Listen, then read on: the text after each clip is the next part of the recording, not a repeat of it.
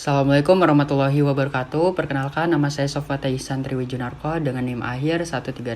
Saya dari kelompok 19 pada praktikum penelitian operasional 2. Pada kesempatan kali ini, saya akan mencoba untuk mengerjakan tugas mingguan shift pertama pada modul ke-7, yaitu mengenai game teori atau teori permainan. Nah, pada tugas mingguan ini terdapat persoalan yang harus diselesaikan, di mana persoalannya yaitu dalam industri otomotif yang kompetitif, Autotech dan Speed Motors merupakan produsen kendaraan terkemuka yang sedang berusaha menentukan strategi investasi teknologi otomatisasi yang optimal untuk meningkatkan efisiensi produksi sekaligus meminimalkan biaya manufaktur. Kedua perusahaan tersebut sama-sama memiliki 3 strategi investasi, yaitu robotik canggih atau RC yang menggunakan robot industri untuk meningkatkan efisiensi. Kemudian Internet of Things atau IoT yang memanfaatkan sensor pintar untuk pemantauan produksi, dan hybrid system atau HS yang mengkombinasikan robotik serta IoT untuk fleksibilitas maksimal. Tabel berikut menunjukkan perkiraan keuntungan dalam juta rupiah berdasarkan kombinasi strategi yang dipilih. Nah, di sini telah diberikan datanya. Kemudian berdasarkan tabel keuntungan di atas, tentukan strategi yang harus dipilih oleh masing-masing perusahaan untuk memaksimalkan keuntungan dan meminimalkan kerugian. Nah, di sini pada persoalan tugas mingguan ini terdapat 2 kompetitor, yaitu perusahaan Autotech dan juga perusahaan Speed Motors, di mana perusahaan Autotech ini berperan sebagai pemain baris. Kemudian untuk perusahaan Speed Motors di sini dia sebagai pemain kolom. Nah, di sini saya akan menyelesaikan persoalan ini menggunakan software RStudio. Nah, sebelum soal tugas mingguan ini diselesaikan, di sini sebelumnya install package terlebih dahulu, di mana package yang diperlukan yang pertama itu ada LPsolve, di mana Linear Programming Solve ini digunakan untuk menyelesaikan two-player zero-sum games, karena teori permainan di sini menggunakan 2 pemain dan juga zero-sum games. Zero-sum games itu artinya nilainya saling bertolak belakang. Seperti contohnya apabila nilai dari pemain baris adalah 2, maka nilai pemain kolom sebaliknya yaitu -2. Nah, itu hasilnya adalah 0.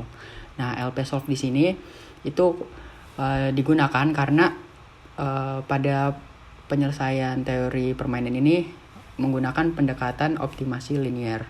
Nah, selanjutnya di sini menggunakan package MATLAB, di mana MATLAB ini digunakan untuk menyelesaikan sistem persamaan linear karena teori permainan ini identik dengan pemodelan matriks. Selanjutnya sini aktifkan package-nya apabila sudah diinstal. Kemudian di sini membuat matriks sebagai off atau nilai perolehan atau nilai akhirnya nanti. Nah, itu nilai yang dimasukkan adalah nilai matriks pada persoalan yang diberikan. Ini matriksnya 3x3. Nah, kemudian di sini terdapat matriks 3x3.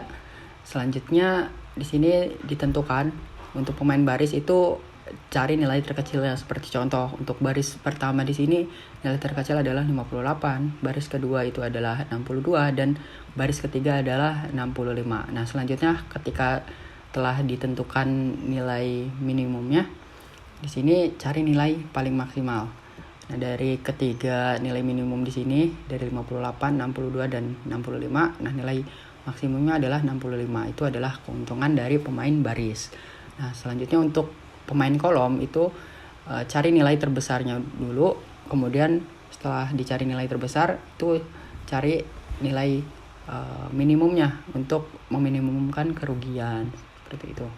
Nah, di sini sama seperti yang sebelumnya saya jelaskan, di sini cari nilai minimum di setiap barisnya.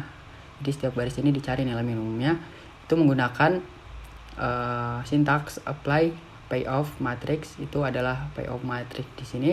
Kemudian ini adalah cari satu nilai minimumnya. Kemudian ini print untuk nilai minimum dari kolomnya. Baris, maaf. Selanjutnya di sini mencari nilai maksimal di setiap baris. Nah, setelah dicari nilai minimumnya untuk setiap baris di sini, nah selanjutnya cari nilai maksimal yang sudah diseleksi tersebut untuk ditetapkan dia sebagai nanti nilai saddle point-nya. Ini juga sama untuk pemain kolom, sintaksnya kurang lebih. Di sini untuk apply, menggunakan apply, kemudian payoff matrix. Di sini cari nilai maksimumnya terlebih dahulu, kemudian dicari nilai minimumnya setelah nilai maksimal tersebut telah diseleksi. Kemudian di sini mencari saddle point, di mana menggunakan logika if, di mana ketika nilai maksimum itu sama dengan nilai minimax, maka saddle point-nya nanti ditentukan nilainya berapa. Nah, apabila nilainya tidak sama, itu akan masuk keterangan tidak ada saddle point. Nah, ini langsung saja di install terlebih dahulu package-nya.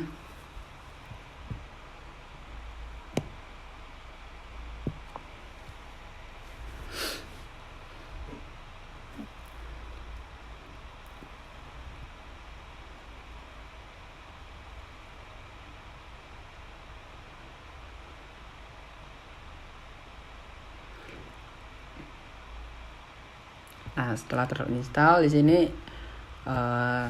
di running saja matriks yang telah didefinisikan. Selanjutnya sini langsung saja di running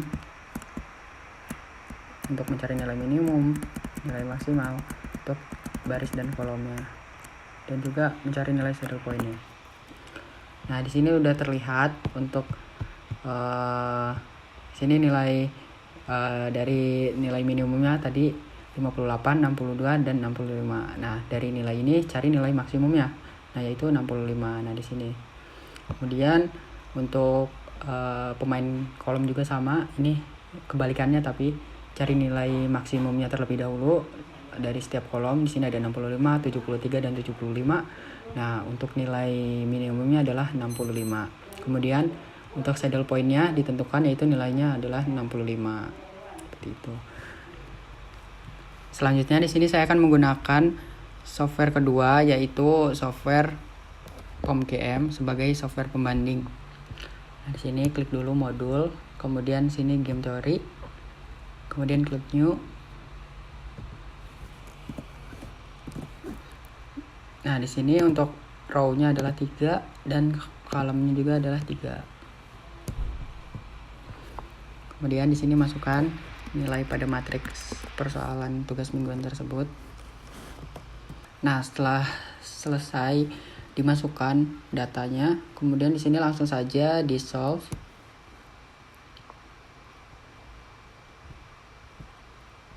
Nah, di sini terlihat untuk nilai saddle point-nya yaitu 65. Ini diambil dari untuk nilai barisnya. Sini diambil dari nilai terbesar atau nilai maksimalnya itu adalah 65 dari sebelumnya setelah diseleksi nilai minimum terlebih dahulu. Kemudian untuk nilai kolom di sini, ini adalah nilai minimumnya dari seleksi yang sebelumnya dilakukan, yaitu nilai maksimalnya. Itu adalah 65. Mungkin cukup sekian yang bisa saya sampaikan pada tugas mingguan ini. Bila ada kesalahan saya mohon maaf. Wassalamualaikum warahmatullahi wabarakatuh.